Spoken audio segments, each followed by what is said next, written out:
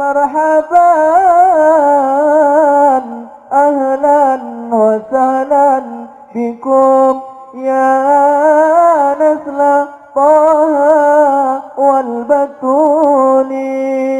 Jawaban tadi kita harus menggali dulu secara genealogi, garis keturunan baik ke atas ataupun ke bawahnya, dari mana kemudian umat ini muncul, seperti apa perjalanannya, bagaimana karakteristiknya, dan seperti apa kita merespon dalam konteks kehidupan global ataupun konteks kehidupan kita ya secara individual dalam konteks berinteraksi di sosial kehidupan kita saat ini. Baik, saya akan mulai teman-teman sekalian dari Abul Anbiya dulu ya. Abul Anbiya, bapaknya para nabi. Ya, gelar ini diperoleh oleh Khalilullah yang sangat dekat dengan Allah Subhanahu wa taala, yaitu Nabi Ibrahim alaihi salam, ya. Nabi Ibrahim. Baik, saya tuliskan dulu seperti ini. Ya kan? Nabi Ibrahim alaihi salam. Baik. Nanti ini ada jalur keturunan ke atas, teman-teman sekalian. Ya. Ada jalur keturunan ke bawah ke sini. Nah, jalur keturunan ke atasnya kalau kita sambungkan misalnya kan. Nah, ini yang walaupun ada perdebatan kita tuliskan dulu ya, dari Azar kemudian ke Teruh, kemudian ke Abir. Ya. Tuliskan begini Abir. Nah, ini Abir ini nanti ada yang mengaitkan juga dengan bahasa Ibrani yang saat Nabi Ibrahim tinggal di Padan Aram, ya, yang sekarang itu wilayah Irak, dulu dikenal dengan Babilonia. Nanti kita turunkan juga, ya. Kemudian bin Azar, bin Taruh, bin Abir, kemudian bin Kinan, bin Arfakhshad. Tuh, ini penting sampai ada alarm tuh di komplek Arfakhshad. Nah, bin Azar, bin Taruh, bin Abir, bin Kinan, bin Arfakhshad, bin Sam. Kemudian di sini Sam. Nah, kemudian bin Nuh alaihissalam. Nuh alaihissalam. Ayo teman-teman sekalian ya. Nah, jadi ini Nabi Ibrahim alaihissalam, ya, keturunan tentunya nanti akan ketemu dengan Nabi Nuh, dan Nabi Nuh pun akan tersambung kepada Nabi Adam alaihissalam. Tapi kalau kita bahas ke atas terlalu jauh nantinya ya. Jadi kita cukupkan sini dulu. Jadi Ibrahim alaihissalam, bin Azar, bin Taruh, bin Abir, bin Kinan, bin Arfakhshad, bin Sam, bin Nuh alaihissalam. Ya. Dan Nabi Nuh alaihissalam ini nanti akan melahirkan generasi yang terus nanti berkembang, ya, menebar keturunannya, generasinya di muka bumi yang sekarang kita menjadi bagian dari keturunannya. Ya, terutama dari 3 keturunan beliau. Ya, ini Nabi Nuh alaihissalam kan dalam sejarah disebutkan setidaknya ada 4 kan ya. 4 dari anak keturunan, 1 Kan'an, ya. Nah, ini yang kemudian tenggelam dalam banjir besar karena beliau tidak mengikuti arahan ayahandanya, ya. Kemudian juga nanti ada Sam. Nah, ini yang ke sini keturunan Nabi Ibrahim alaihissalam, nanti dari sini ya, tarik jalur ke atas dari Sam. Kemudian ada Ham. Kemudian ada yang keempat Yafith. Ya. Yafith. Nah, ini teman-teman sekalian 3 ini nanti yang akan berkelanjutan mengikuti Nabi Nuh alaihissalam yang naik ke kapal besar itu, ya, kemudian melewati berbagai rintangan saat terjadi banjir besar dan kemudian mendarat dan melahirkan keturunan dari sini sampai ke populasi manusia hingga saat ini. Ya, dari Sam ini nanti melahirkan diantaranya bangsa Arab ya. Kalau mau kita rinci lagi, teman-teman sekalian, misalnya di sini nanti ada Asyur, ya, seperti ini. Yang nanti ada Assyria, ya, ada Babil. Nah, yang Babilonia nanti yang Padan Arab. Kemudian nanti ada Aram, ya, ada Finit, ya, nanti satu garis nanti ke Ham, ini melahirkan Afrika.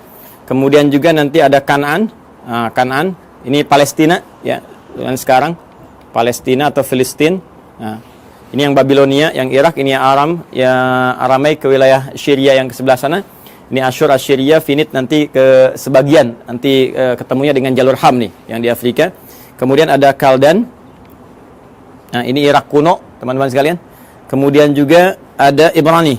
Nah, Ibrani ini nanti ada yang juga mengaitkan dengan bahasa Padan Arab ya, yang di Babilonia, yang menjadikan keturunan ini nanti berbahasa Ibrani. Lalu dari situ juga ada yang mengaitkan dengan Abir, yang jadi bahasanya Nabi Ibrahim alaihissalam ketika ada di Padan Arab. Dan ketika hijrah nanti, ya beliau ke wilayah Syam yang kita masuki sekarang wilayah Syria ya.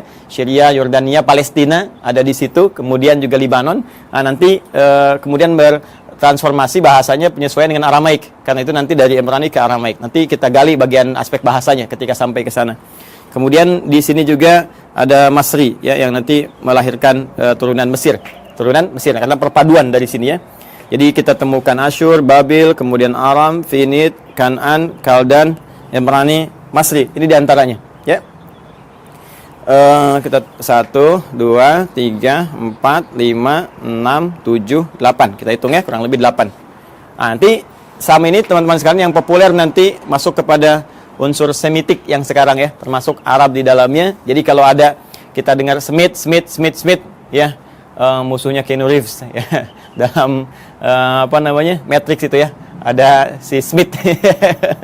Sam bukan itu saja, nanti banyak kalau nanti kita belajar ya tentang pemikiran Hollywood.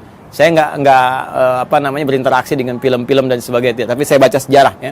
Nanti kalau kita baca dengan pemikiran itu, suatu saat kita akan belajar, dia akan temukan banyak sekali Sam, dan itu sangat menarik gitu, sangat menarik.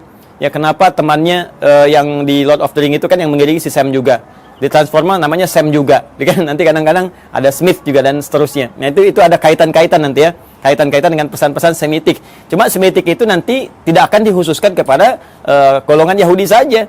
Ya, Arab juga Semit. Ya, nanti ini turunan Semitik nih, ngambung ke sana. Kan'an, Palestina juga Semit. Jadi kalau Anda anti Semit, ya anti Palestina juga. Jadi kalau misalnya Anda bully orang Palestina atau bahkan Anda mohon maaf sekali ya, kemudian bombardir atau bahkan kemudian Anda zalimi, aniaya, kriminalisasi, itu anti Semit juga. Ya, termasuk ke orang Arab itu anti Semit juga. Ya, jadi Semitik ini galinya ke sini nanti. Ya, ini nanti Ham lebih kepada ras Afrika ya dan turunannya nanti ya, termasuk nanti ke Finit ini nyambung ke sini, dan ini Yafitik nanti melahirkan bangsa Eropa, dan nanti kita akan lihat turunan-turunan yang selanjutnya. Ini garis besar dulu ya teman-teman sekalian untuk menunjukkan bagaimana dari garis genealogi Nabi Ibrahim ke atas ya alaihissalam sampai nanti ke Adam alaihissalam. Saya izin ambil penghapus dulu, saya hapus dulu ini ya, kemudian kita turunkan ke bawah. Jadi saya cukupkan sampai Nabi Nuh, Nabi Ibrahim ini nanti kita turunkan generasi ke bawah. Baik, bismillah. Kita akan coba turunkan sekarang jalur ke bawahnya. Kita hapus dulu ini supaya kita mengenal lebih jauh dan kita temukan nanti genealogi kapan Yahudi itu ketemu. Ya, kapan Yahudi itu ketemu ya diksinya. Karena nanti redaksi Al-Qur'an tegas menyampaikan makana Ibrahimu Yahudiyya wala Nasraniyya walakin kana hanifan muslima. Ya, tidaklah Nabi Ibrahim itu seorang Yahudi, seorang Nasrani, tapi beliau adalah seorang Muslim yang taat, Muslim yang lurus, yang membawa garis risalah sampai dengan ke atas, ya, sampai dengan ke jalur Nabi Nuh alaihissalam. Yang ini nanti akan diturunkan Quran surah keempat ayat 163, yang nanti turunan risalah Nuh ini sampai juga kepada Nabi Muhammad SAW. Ya, Inna auhayna ilaika, ya kami wahyukan kepada Muhammad SAW, dan wahyu ini senapas dengan yang sebelum kamu. Ya, kama auhayna ila Nuhin, seperti kami wahyukan kepada Nuh dan nabiyina, ya, setelah nabi-nabi setelah beliau. Jadi nabi-nabi terus sampai ke Ibrahim, sampai ketemu Nabi Muhammad SAW. Nah ini kurang lebih teman-teman sekalian sampai ke Nabi Nuh ke atas, ya, dari Ibrahim terus sampai Nuh alaihissalam jami'an. Dan sekarang kita akan turunkan bagian Nabi Ibrahimnya turun ke bawah. Ini nanti kita bisa uji ya secara ilmiah, dan kita bisa bandingkan. Nanti saya turunkan komparasi, misalnya di Al-Quran bagaimana, seperti ini, terus ada kalau kitab-kitab lain, nanti kita bandingkan seperti apa, nanti kita uji kebenarannya secara ilmiah, ya, sehingga ditemukan nilai kebenaran yang kita yakini. Lalu indahnya Al-Quran, silahkan memberi pilihan. Anda yakin dengan Islam, alhamdulillah, ya. Kalaupun Anda tidak dipaksa, itu pilihan masing-masing, dan setiap orang bertanggung jawab ketika kembali kepada Tuhannya, kepada Allah Subhanahu Wa Taala. Objektif kan, sangat adil kan? Ya, jadi menawarkan, ini dahsyatnya Al-Quran tuh begini. Anda diperkenankan menguji dulu Al-Quran. Ya, sebelum Anda bahkan membacanya, sebelum Anda bahkan ingin mengkajinya. Al-Quran menawarkan diuji, silahkan. Jika Anda ragu, uji. Ya, wa in kuntum fi raibin mimma nazzalna ala abdina fa'tu bi suratin min mithli. Al-Baqarah ayat 23. Ya, kata Allah, kalau Anda ragu terhadap wahyu yang kami turunkan kepada hamba terbaik kami Muhammad SAW, silahkan Anda uji, datangkan semisalnya. Ya, coba cari, ada nggak karya manusia yang mirip, ya, seperti firman Allah ini. Perhatikan bahasa saya, ada nggak karya manusia yang mirip dengan firman Allah ini? Kalau Anda ragu, uji. Dari sisi kebahasaan, silahkan uji. Ya, bagaimana dahsyatnya ini? Untuk membedakan. Ini kan banyak orang Arab di masa Nabi yang fasih-fasih luar biasa. Ya, dan mereka nggak ada yang mampu dan mengakui ini bukan karya manusia. kalau tiba kemudian ada orang sekarang yang nggak lebih fasih daripada orang dulu, nggak lebih pintar bahasa zaman dulu, mengatakan misalnya Al-Quran itu karya manusia, maka ini nampaknya kurang minum susu. Pengetahuannya kurang luas. Ya, orang yang paling pakar aja, penutur aslinya mengatakan ini bukan dan tak mampu mendatangkan semisalnya, maka turunan ini yang lebih lemah ke bawahnya, ya, apalagi zaman sekarang, itu mustahil bisa menjual Al-Quran. Tapi Al-Quran tetap membuka. Silahkan. Dari segi isinya, silahkan Anda kaji. Ya, dari aspek manapun silahkan. Setelah Anda menemukan bahwa ini mustahil nih, ya, kata-kata manusia, karya manusia, dan Anda meyakini, oh ini bahasa lain, walaupun ini jalan menuju firman Allah. Ya, bagi kami orang Islam sudah yakin, la raiba fi. Karena itu di pembuka Quran jelas dikatakan, dzalikal kitabu la raiba fi. Semua isi Al-Quran ini nggak ada keraguan, mesti kita yakin. Nah, Anda yang belum yakin silahkan kaji. Nggak ada kitab di muka bumi yang menawarkan sebelum berinteraksi dengannya untuk diuji dulu. Setelah itu pun, silahkan gali, silahkan kaji. Afala yatadabbaruna Al-Quran? Kenapa Anda nggak kaji? Kenapa nggak dalami? Kenapa Anda tiba-tiba menyoal yang Anda tidak tahu? Ini kan menarik. Ya, ada yang nuduh, ini Quran rekayasa, ini Quran produk budaya. Baca Quran aja enggak? Dikaji juga enggak? Ini sisi ilmiahnya di mana? Ya, kita kan menyimpulkan sesuatu setelah kita lihat dulu, analisis dulu, baru kita simpulkan. Ini ngaji enggak, baca enggak, menganalisis tidak, atau cuman lihat, cuman baca, tapi nggak paham artinya, lalu menyimpulkan. Ini kan menarik gitu ya. Maka silahkan teman-teman sekalian. Nah, nanti dari sini Quran menawarkan, Quran memperbandingkan, ada komparasi, dan Quran juga mengatakan silahkan cek, silahkan uji, silahkan bandingkan. Kalau Anda yakin dengan kebenaran, dahsyatnya, walaupun apa yang ditampilkan Al-Quran benar, tetap memberikan peluang kepada Anda untuk memilih secara objektif dan tidak memaksa. La ikraha fid din, tidak ada paksaan ya untuk masuk ke dalam Islam. Lakum dinukum waliyadin, bagi Anda yang Anda yakini, bagi kami yang kami yakini. Tapi semua punya konsekuensi ketika kembali pada Allah Subhanahu wa taala. Baik. Sekarang kita kembalikan ke Nabi Ibrahim alaihissalam. Teman-teman sekalian, mari kita bagi genealogi turunan ke bawahnya ya Nabi Ibrahim. Nah, ini spidol sudah mulai akan habis, dengan turunan ke atas saja ada. Saya ganti dengan yang baru. Kita ke bawah dulu ya. Nah, seperti ini saya turunkan satu. Kemudian di sini saya turunkan dua karena keterbatasan papan tulis. Ustaz, kenapa nggak yang lebih besar aja papan tulisnya supaya banyak? Begini Nona, begini Tuan, begini Joni, Cepi, dan kawan-kawan sekalian. Ini akses naik ke rooftop di Quantum Mahir Institute. Pintunya hanya cukup untuk yang ini. Insya Allah nanti kita sesuaikan. Mungkin dari bawah kita tarik ke atas agak panjang. Ya, Bismillah, teman-teman. Ini 3, ini 4. Saya cukup-cupin ya. Ya, kita ambil dulu Quran surah ke-3 Ali Imran di ayat 33. Kemudian kita tambahkan Quran surah kedua Al-Baqarah ayat 132. Ya, dari 131 dulu. Nah, nanti ke 132 ke sini. Ya. Saya mulai dengan Ali Imran dulu ayat 33. Ya, mari kita fokus lihat sinak di paling kiri di mushaf standar ya, sebelah kiri agak ke atas sedikit. Innallaha astafa Adam wa Nuha wa ala Ibrahim wa ala Imrana 'alal 'alamin. Sungguh Allah Subhanahu wa taala memilih di antara sekian hambanya itu ya golongan-golongan manusia tertentu ya dengan pribadi tertentu, karakter tertentu dipilih oleh Allah menyampaikan risalah Allah Subhanahu wa taala. Ya, di antara mereka adalah ya manusia pertama Adam alaihissalam sebagai penata pondasi awal kehidupan manusia di muka bumi. Innallaha astafa Adam wa Nuha. Nah, ini kemudian rasul pertama. Kalau Adam tadi nabi pertama, kemudian Nuh alaihissalam rasul pertama. Yang ini saya turunkan ini, ya.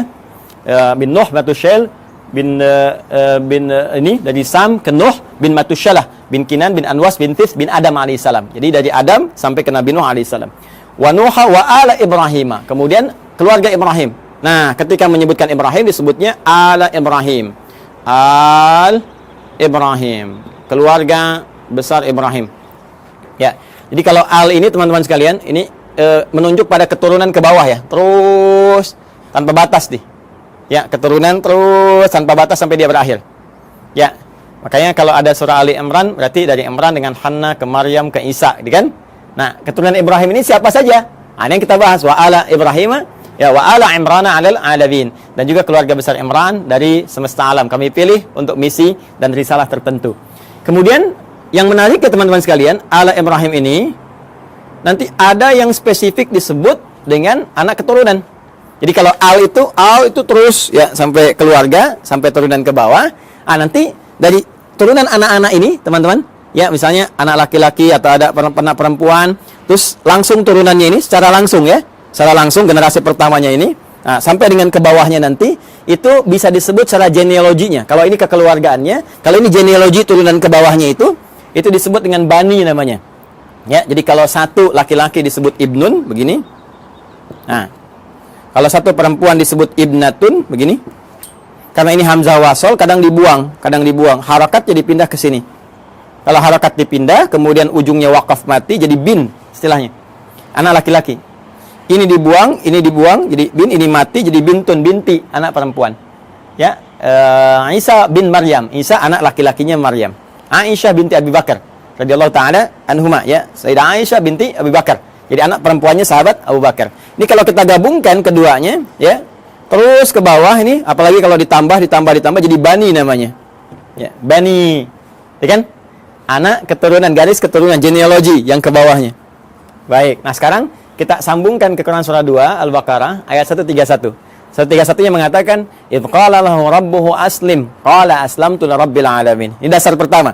Ketika Rabbnya mengatakan ya kepada Nabi Ibrahim alaihissalam, Nabi Ibrahim punya Tuhan, ya Tuhannya Allah Subhanahu wa taala, difirmankan oleh Allah, "Aslim, tunduk patuh kamu kepada semua ketentuan Tuhan." Ya, jadi aslim itu kata perintah, fi'il amr. Ya, aslim tunduk patuh. Jadi orangnya disebut dengan muslim. Ya, bingkainya disebut dengan Islam. Jadi Islam itu bingkainya dari kata aslama yuslimu islaman. Ya, Islam itu ya disebut dengan bingkainya, frame-nya, ketika kita masuk ke dalamnya beriman, yakin kita masuk. Ya, begitu masuk namanya muslim kita.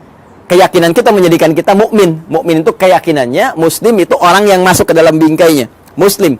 Ya, tunduk patuh. Jadi nama muslim Islam itu memberikan kesan bahwa kita mesti tunduk, mesti patuh dengan perintah Allah Subhanahu wa taala, jangan melanggar ketentuan, ikuti semua arahan-arahan, perintahnya, jauhi larangan. Itulah Islam. Jelas ya?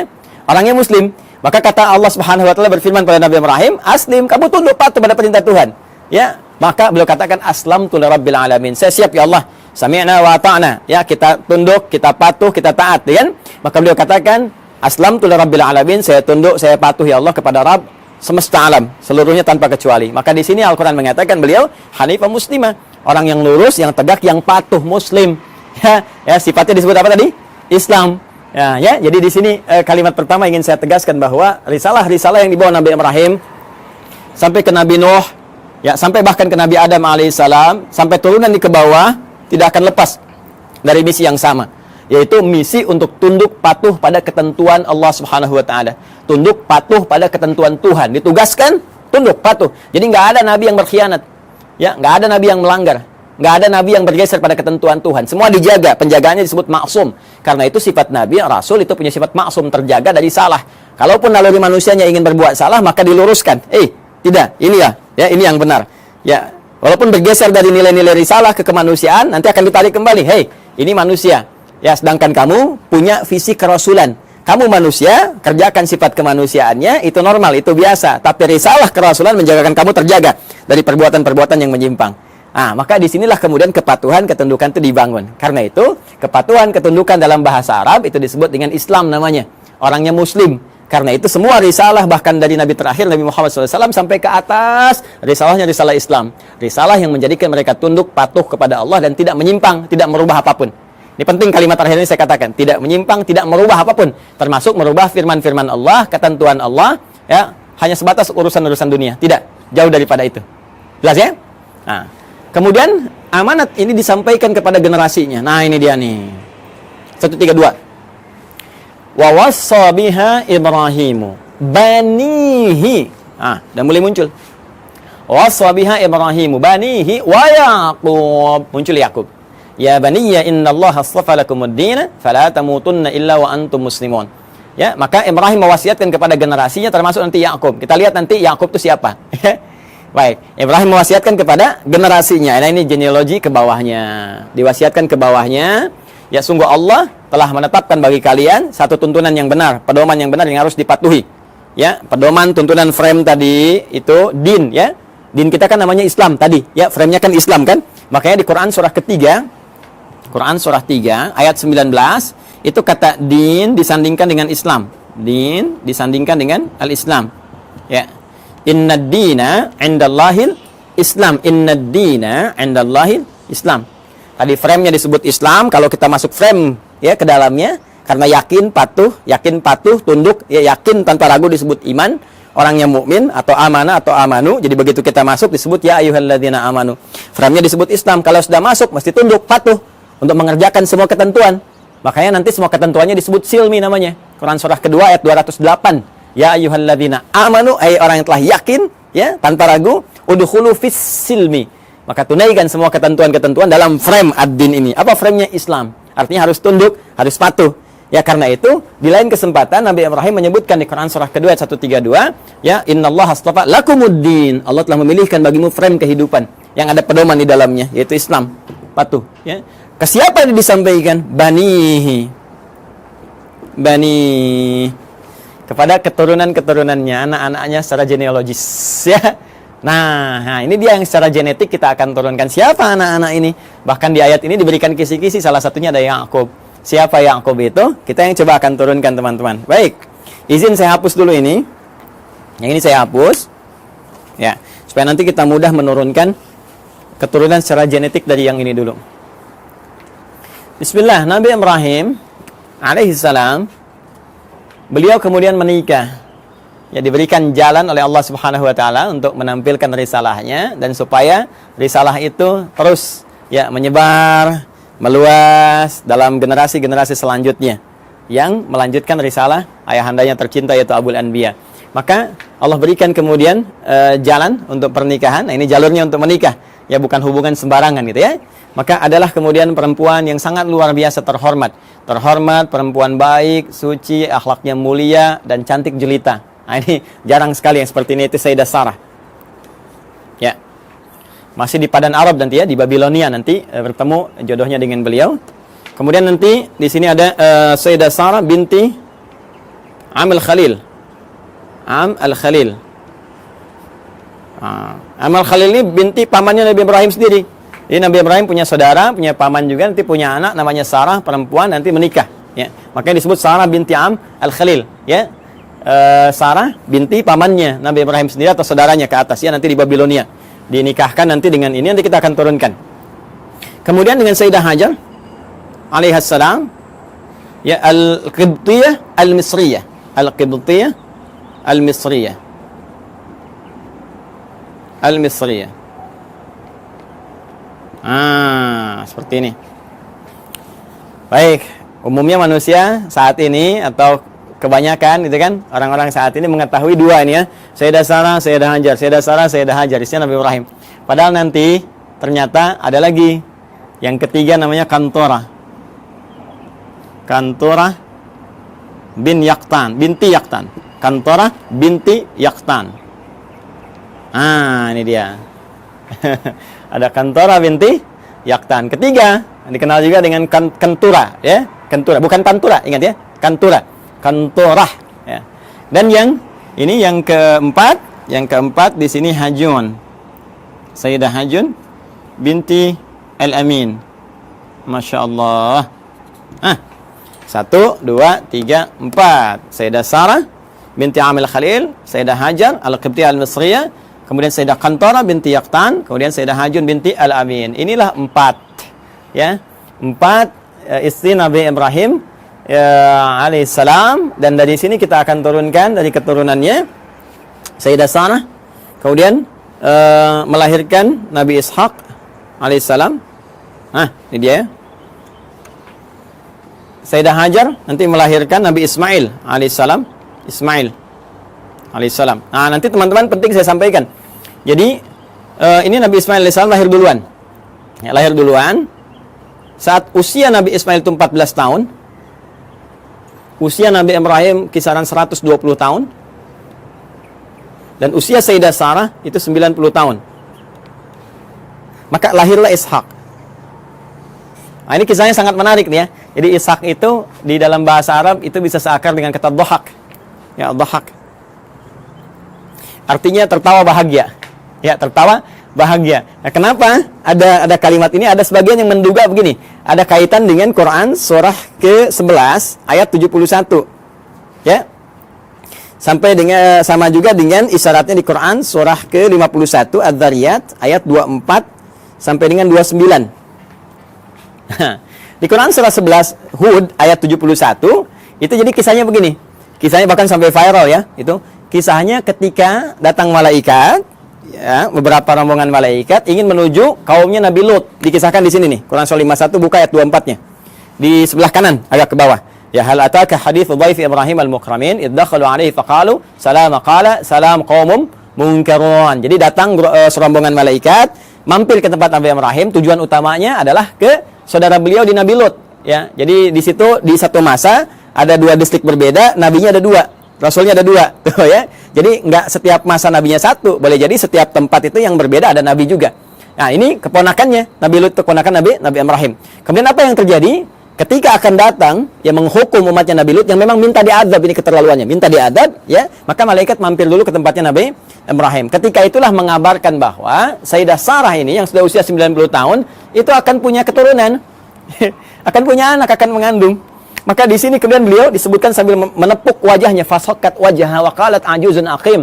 Beliau mengatakan, apa yang seperti ini masih mungkin bisa punya keturunan? Itu sambil berdiri. Berdiri itu bahasa Arabnya qaimun, qaim. Kalau perempuan tambah tak di ujungnya, qaimatun. Ya, jadi sambil berdiri menepuk begini sambil tertawa. Ya.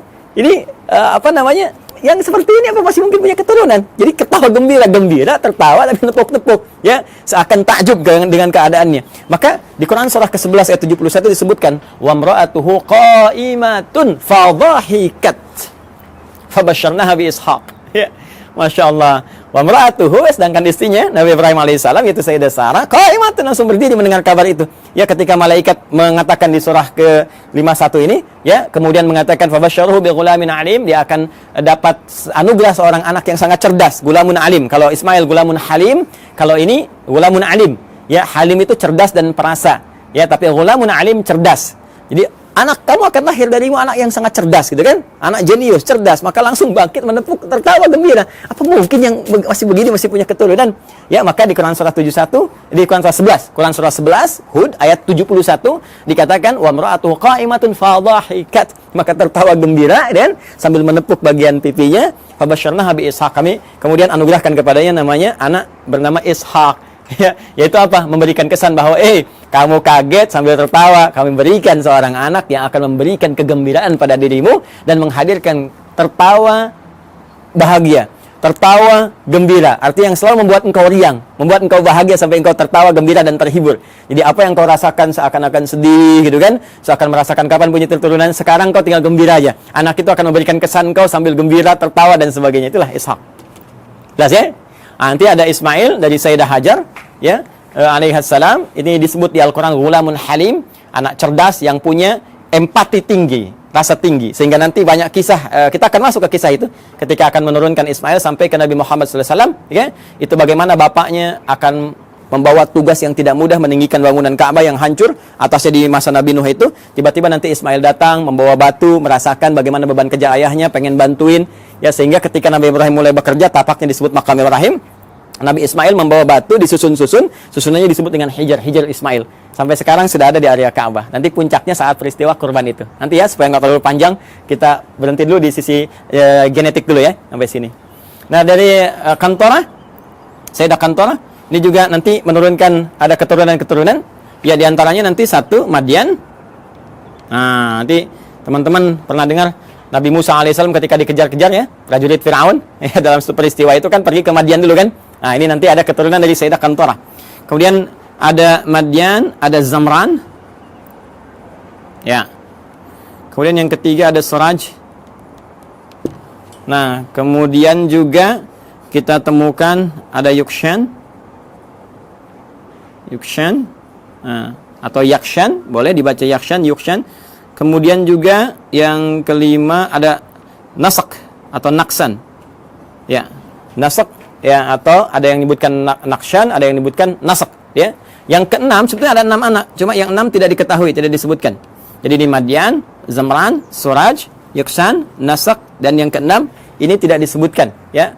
Referensi ini, teman-teman, referensi yang ini ditemukan di kitabnya, namanya kita kasih ya sumbernya.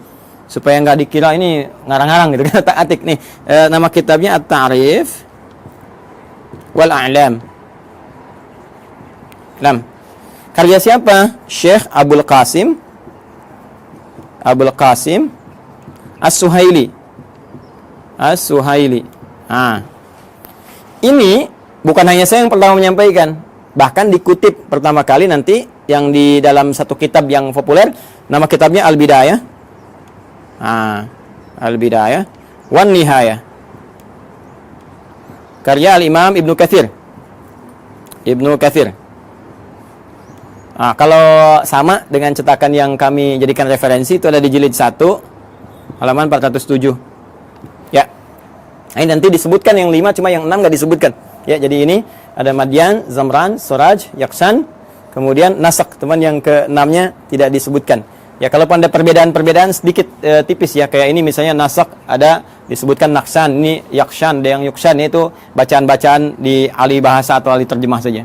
Kemudian dari Hajun ini juga ada Kisan atau Kaizan, kan? Kemudian ada Suraj, namanya sama dengan ini, Suraj. Kemudian yang ketiga ada Amim, ada juga yang menyebutnya Umaim. Ya, seperti ini. Ada Kaisan, ada Suraj, ada Amim atau Umam. Yang keempat Lutan. Bukan Ethan ya, Ethan Tom Cruise. Lutan. Dan yang kelima Nafis. Yang kelima Nafis. Ya, ada di MUI ada Ustadz Kiai Khalil Nafis. Jadi nanti nasabnya ke Nabi Ibrahim dari Sayyidah Hajun binti Al-Amin. Nah ini ya keturunan Nabi Ibrahim alaihissalam. Jadi dari sini 1, Sayyidah Sarah melahirkan Ishak, Sayyidah Hajar melahirkan Ismail, 2 kan? Kemudian dari Kantora itu ada 6, 1 tidak diketahui, nanti 2 tambah 6, 8. Kemudian dari Sayyidah Hajun binti Al-Amin ada 5. 8 tambah 5 ada 13. Ya, 2 tambah 6, 8, ada 13 tambah 5, 13. Jadi ini kurang lebih 13 keturunan Nabi Ibrahim alaihi salam. Ya, dari istri-istri beliau. Dan nanti dahsyatnya, nanti ya, mungkin episodenya akan panjang gitu. Di Kantora ini nanti juga ada satu penelitian dugaan kuat bahwa itu yang menjadikan turunan dari bangsa Melayu, Jawa khususnya.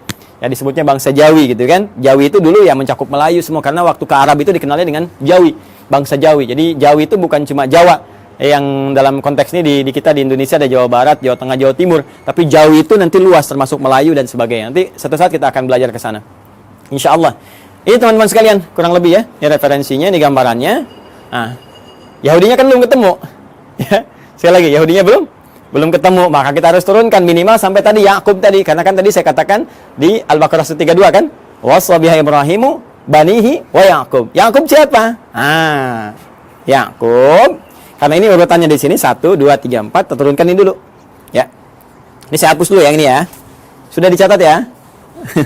Kalau nanti teman-teman belum sampai catatannya, nanti lihat di rekaman ya, di review, diturunkan kembali. Nabi Ishak alaihissalam kemudian menikah, tumbuh dewasa tentunya, menikah dengan seorang perempuan mulia, jelita, ya, akhlak bagus dan sebagainya, namanya Rafkah binti Batuil. Ini dia. Rafkah binti Batuil, gini ya, teman-teman sekalian. Dari pernikahan ini, ya, Nabi Ishak alaihissalam menikah dengan Sayyidah Rafkah binti Batuil, melahirkan 2 anak kembar. Nah, ini yang gak banyak orang tahu. Ya, siapa 2 anak kembar ini? Yang pertama adalah Aish atau Ishu, gitu kan? Ya, atau Aishu begini tulisannya. Ain, ya, Sad. Ya, ya, ini 1. Yang kedua Yakub. Ini kembar ini. Tahunya kan Nabi Ishak, Nabi Yakub, gitu kan? Ternyata ini kakak adik. Ini kakaknya Ish atau Ishu, ini adiknya Yakub. Gitu, ya. Coba nanti setelah berkembang remaja, saya percepat saja. Yang Ish ini, Ishu ini, nah, akan ditugaskan nanti berkelana gitu kan, merantau ke wilayah Roma ya. Rum, istilahnya Rum. Jadi ini nanti disebutkan keturunan-keturunan dari Rum, ya, yang nanti mengacu kepada yang Yafith itu ya.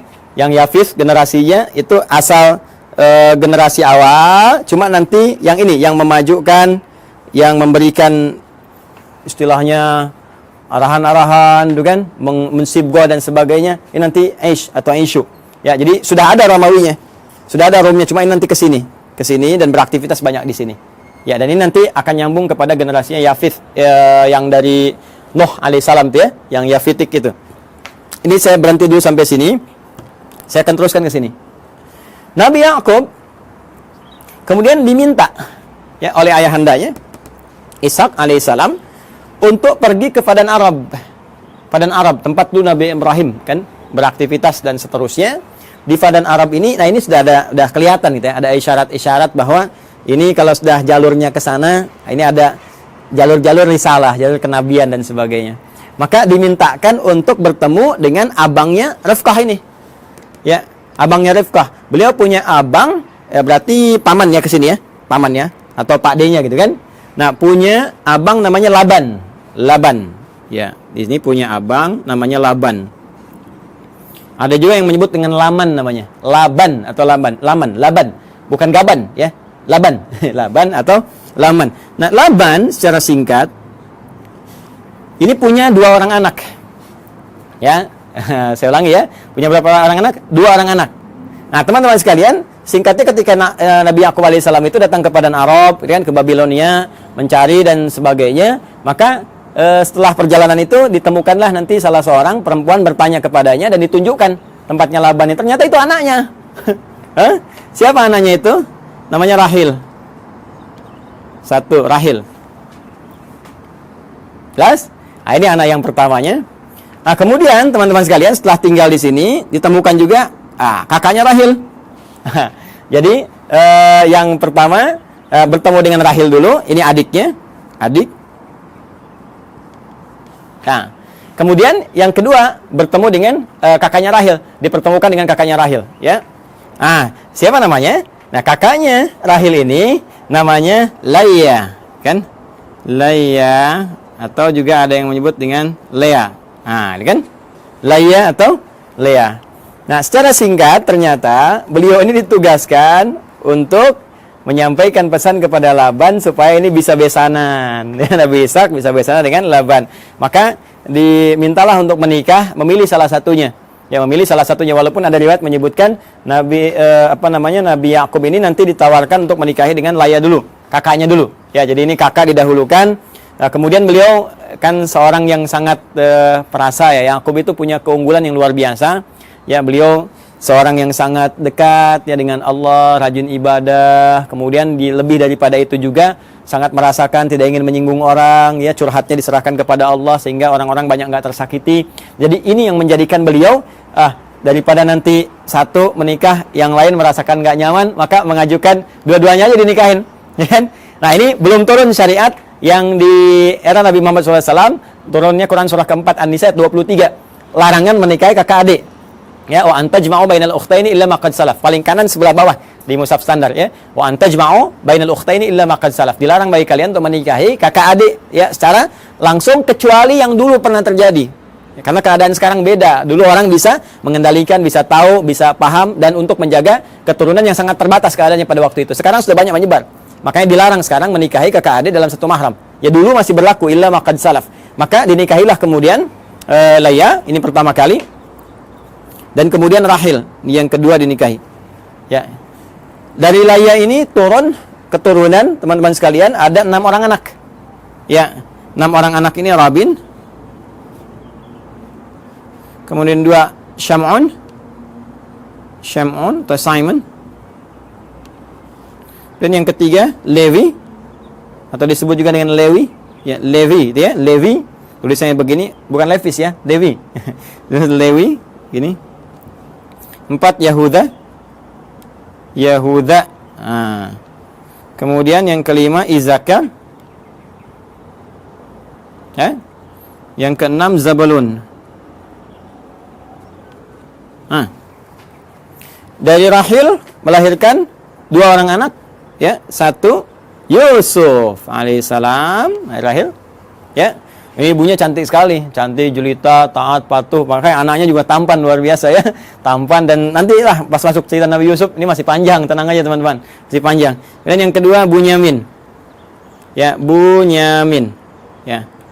Baida Royani nggak masuk sini, maaf ya, bercanda. Ini Yusuf dengan Bunyamin, ya.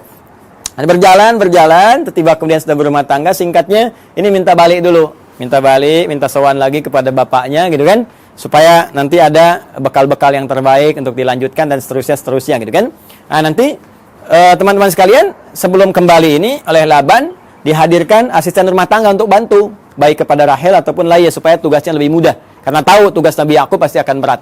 Maka dikirimkanlah kemudian 2 orang untuk bantu. Leah dikirimkan Zulfa atau Zalfah. Ya, Zulfa atau Zalfah.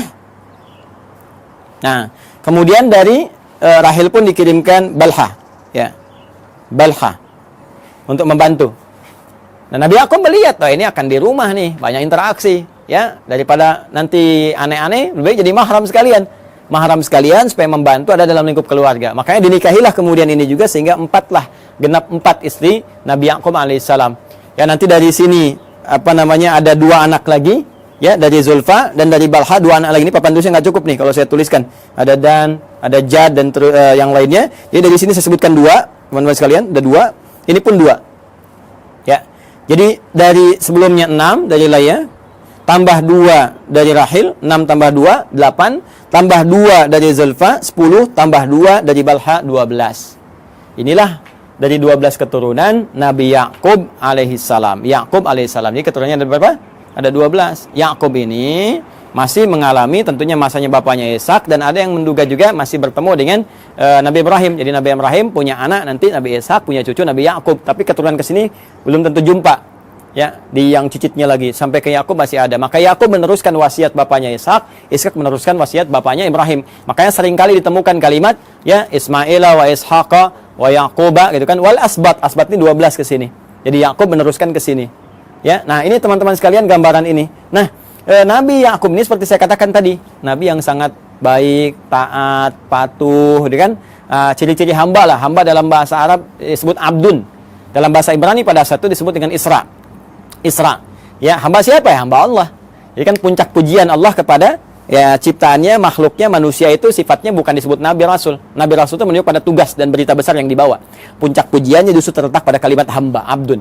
Makanya Rasulullah SAW ketika diisrakan itu disebutnya dengan kata abdun, subhanalladzi asra bi abdihi, kan? Maka ini pun dipuji dengan sifat penghambaannya, itu Isra, hamba Allah yang taat. Allah dalam bahasa Ibrani pada saat itu disebut dengan Il. Ya, maka disebut dengan Israel. Asalnya kata Israel ini menunjuk kepada Yakub alaihissalam. Mana Nabi Yakub nih ya? Nah, di sini. Nih. Asalnya menunjuk kepada Nabi Yakub alaihissalam, yaitu Israel. Nah, Il ini sudah kita temukan juga di Jibril, Mikail, Israfil, Israel, ya, malaikatnya Allah Subhanahu wa taala. Israel hamba, ya, Il Allah yang taat, yang saleh.